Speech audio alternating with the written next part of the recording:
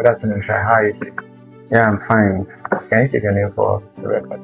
All right. My name is Jaceo. I'm the director of Jaceo Palm Estates Limited. Hi. What do you do? Let's talk about Jaceo Palm Farm.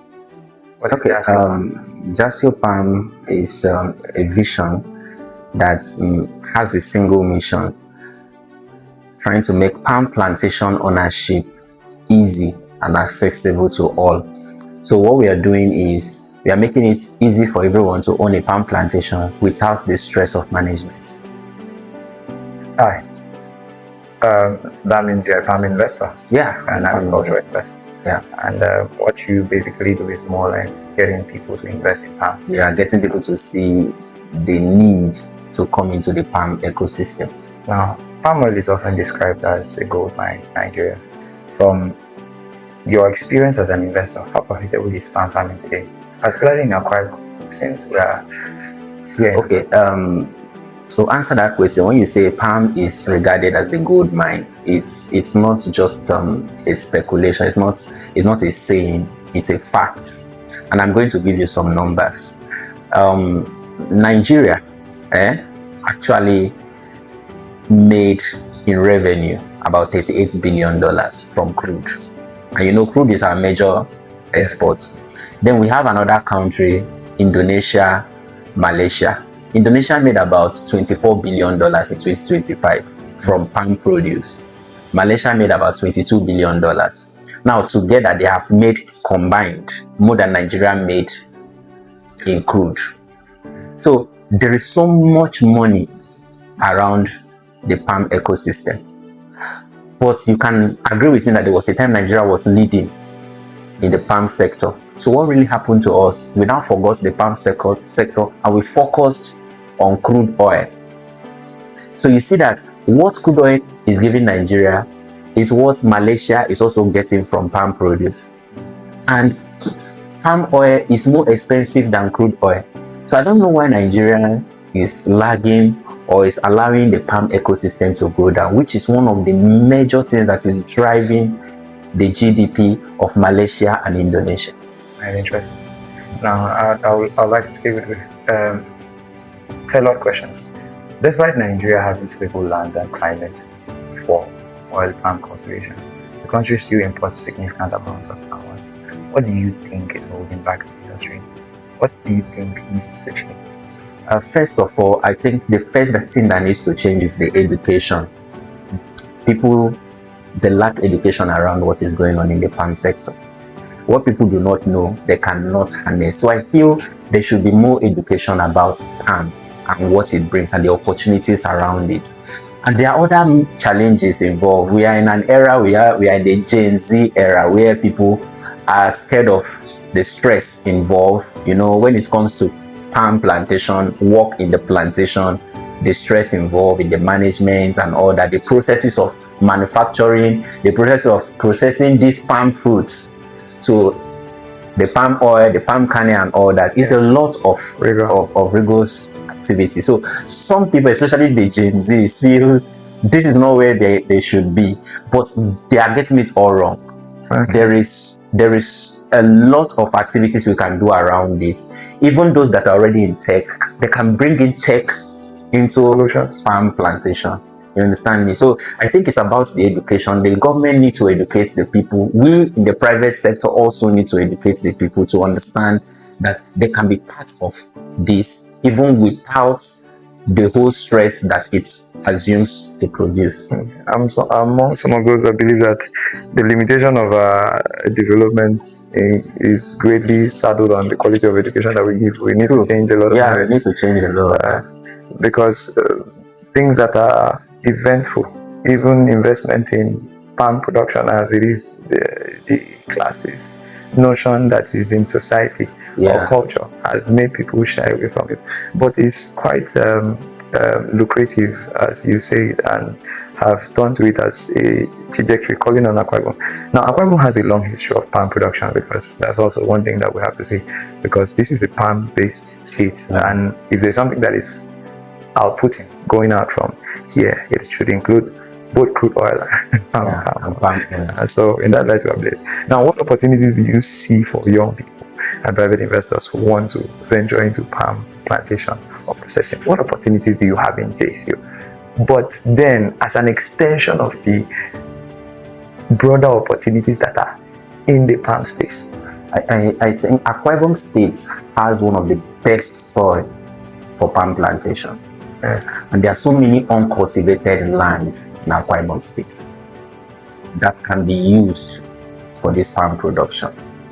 Now, I would say that every Akwa Ibomite should take advantage of this, either directly or indirectly. It is either you become a farmer or you become an investor.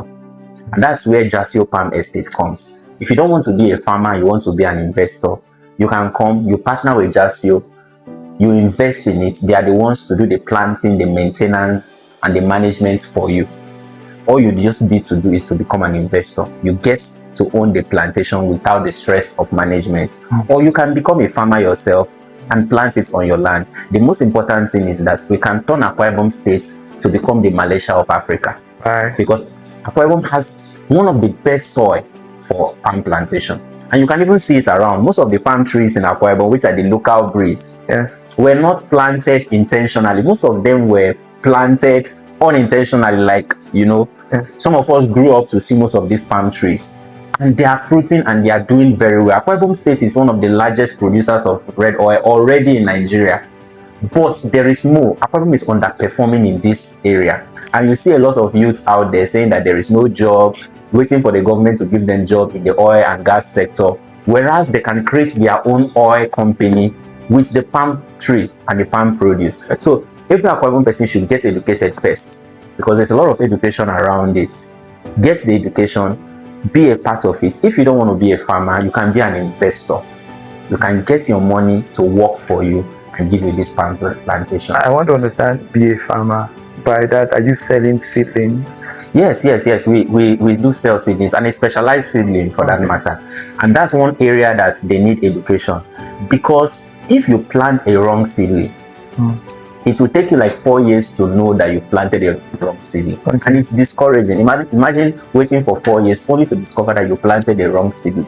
It's really, really discouraging. So get the right education, key in with the right people, like what Jaceo Palm Estate is doing. We have the expertise, we have everything needed to make sure that you don't fall victim of this. So there are many things we do. We check the soil type, we test the soil before even going into planting. And we have different types of breed when it comes to these seedlings. EWS1, EWSV, EWS2, the Tenera, the Super Gene. There are so many. How do you know the one to plant? Is proper education. And the only way you get it is when you partner with the right experts. And that's what Jaceo Palm Estate does.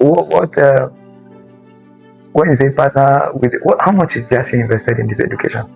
So currently, we are even giving this education for free. Like every Saturday, we offer palm education in our office for free to all Akwa Ibomites. You just come, learn about the palm, learn the things around it. Then you can either choose to become an investor or to farm yourself. Okay. You understand me? So we are offering free education right now in Jaceo office, 82 Itu Road, just adjacent to Kwaibo Church, every Saturday, 11 a.m. So what is the investment angle before we move to the next question?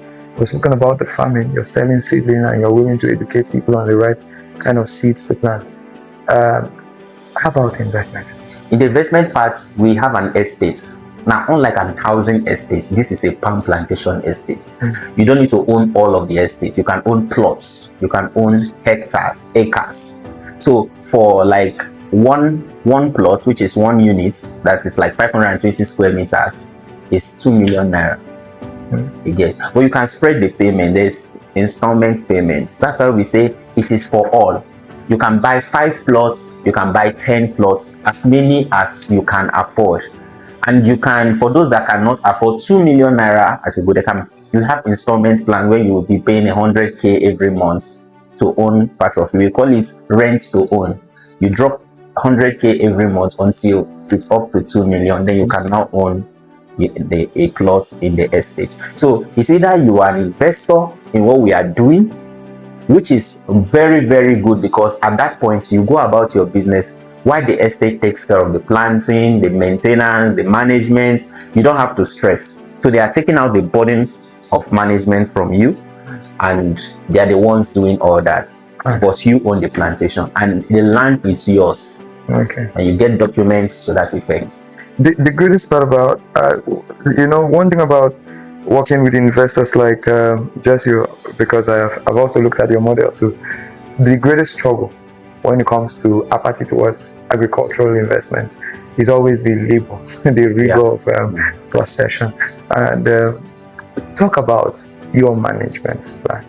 What's that? What are you talking about? Okay. Now, when you talk of labor, people run away from agriculture because of the labor. Yes. Good. So what does Jaceo do? Jaceo is now, we have the right experts, we have the labor. We now say, own a plantation within our estates. We will take care of the labor. We will take care of management. Once your plantation begins to fruit, Jaceo have 30% stake. You keep 70% because you are not actually the one working on the plantation. So as Jaceo works for you, Jaceo takes 30%, you keep 70%. So we have all that taken care of. We have the manpower, and we have the right experts to do all this. Okay, let's go back to the questions now. What are the biggest challenges you have faced as an investor? In the palm, as a palm farm investor. Now, from land acquisition and financing to labor, processing and market access, how have you managed them? Because one of the projects here is an orientation and education project. And we hope that eventually it can become a platform for marketing. But the real idea is to educate and orient the people. You spoke about the necessity of education in changing the way things are viewed and looked at. So we put it upon ourselves, the responsibility of going to the experts like yourself, the companies, the brands, to educate and orient and get the information and put it out. Let's talk about everything concerning you building this. What has been the challenge? Okay. When you talk of the challenges around the palm ecosystem, there are a lot of challenges. Let's begin from the land. Akwa Ibom is one of the fastest growing cities in Nigeria. So people tend to always think towards building. People don't want to give out their land for plantations. People feel, why should I give out land for plantation when I can build on it? And the education there is that not knowing that owning a plantation is more lucrative than owning buildings. And you can forgive them because we have a deficit of accommodation. And you can understand that.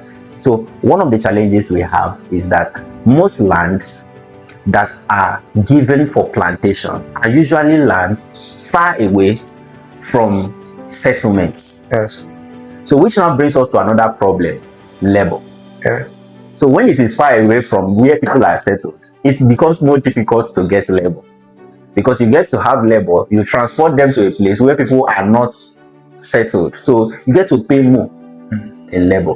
So what we try, and when it comes to financing by the government, it seems the government have not really paid attention to agriculture. And I want to use this medium to appreciate His Excellency, the Governor Moino. He has come up with a scheme to help farmers. And the other time he was able to give out seedlings to almost the whole 31 local government area, encouraging tree farming, and that's very good. If other governments can do the same, it will be. But we can also, we appeal for grants to be given to farmers, because these people are the ones holding the state. Because if the people are well fed, if the people are okay, if their stomach is okay, then we don't have much to worry about, and the farmers hold the key. So apart from the money it generates in terms of the economic power of agriculture on the states, it also keeps the state safe because it gets everybody busy, it gets people employed.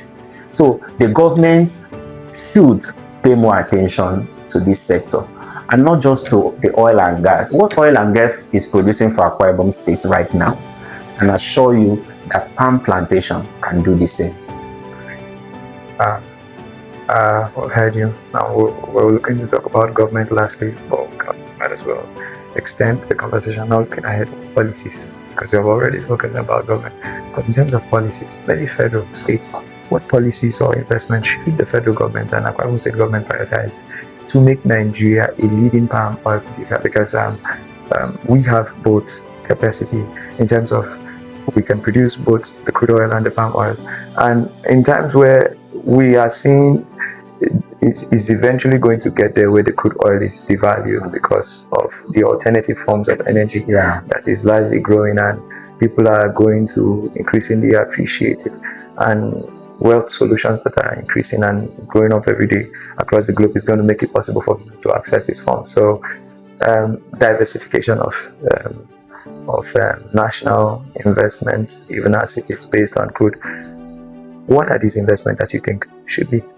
I think the policies that will help Akwa Ibom in this direction is to create incentives for not just farmers, but for investors who will be investing in the agricultural sector.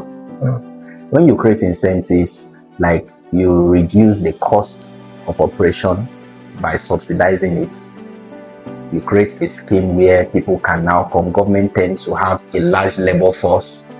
You get people and say, okay, these people will be working on things pertaining to agriculture, and the cost, if the cost is, let's say, 3,000 naira, okay, government is going to take part of it. So people get people are being attracted to that particular space, knowing that we are all going into agriculture, and the government says, okay, everybody making agriculture a kind of appealing to the young people.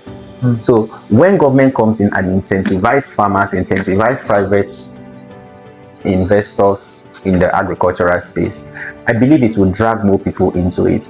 And let the government create a policy that educates, because the bedrock of every economy is education. If the people do not know, then you can't blame them if they do not take part in what is going on. The government needs to enforce education around the importance of agriculture, and especially owning a palm plantation, and also encourage everybody to own palm plantations.